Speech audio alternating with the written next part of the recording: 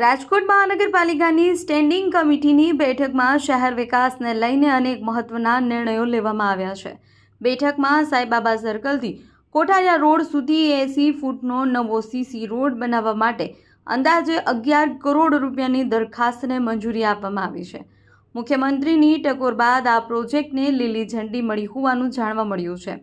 બેઠકમાં રજૂ થયેલી 16 દરખાસ્તોમાંથી 2 દરખાસ્ત પેન્ડિંગ રાખવામાં આવી, જ્યારે 2 પરત મોકલવામાં આવી છે।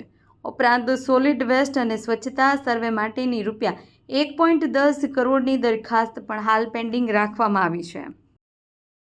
આજની સ્ટેન્ડિંગમાં કુલ 16 દરખાસ્તો હતી, જેમાંથી 2 પેન્ડિંગ રાખવામાં આવી છે અને 2 પરત મોકલવામાં આવી છે। પેન્ડિંગમાં 3 નંબર અને 9 નંબર 3 નંબરમાં જે સોલિડ વેસ્ટ મેનેજમેન્ટ માટે નિક્સી એજન્સી જે સર્વે કરવાની હતી, નાખો રોડ સ્વચ્છતા માટેનો રોડમેપ તૈયાર કરવાની હતી, એ હાલમાં વધુ અભ્યાસ માટે પેન્ડિંગ રાખવામાં આવી છે।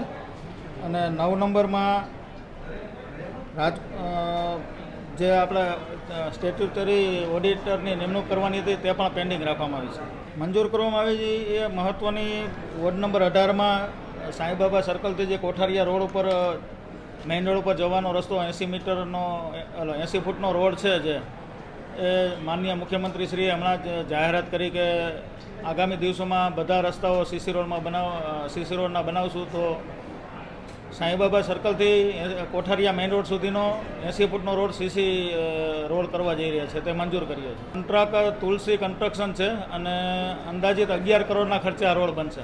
આદરણીય મુખ્યમંત્રીશ્રીએ કીધું છે કે જે વર્કઆઉટો અપાઈ ગયા છે તે ઠીક છે, પણ હવેના જે ફ્યુચરમાં સીસી રોડ બનાવવાના છે, તેમાં નીચેનું ડ્રેનેજ નેટવર્ક ચકાસી લેવું, પછી પાણીની લાઈનો જે જૂની હોય તો તે પણ બદલાવી, જેથી કરીને સીસી રોડ બનાવ્યા પછી કોઈ પણ જાતનું ખોદકામ કે કાંઈ કરવું ના પડે, ખોદીને જ બનાવવાનો એવી રીતના જ પ્લાન છે। અને જે હાલમાં સારા ડામર રોડ છે, મુખ્ય માર્ગો, તે હજી તો એ સ્થિતિમાં જ રહેશે।